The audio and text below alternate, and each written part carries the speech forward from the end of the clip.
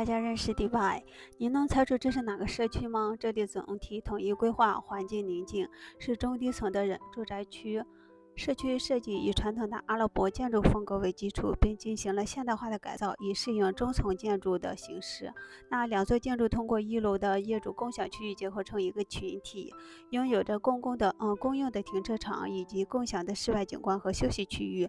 社区设施包括健身房、游泳池和儿童游乐场等，免费使用。那郁郁葱葱的绿色植物环绕着每栋楼，还有建筑群及整个开发项目，营造了一种远离城市的隐居氛围。该项目体现了迪拜政府与时俱进的开阔思想。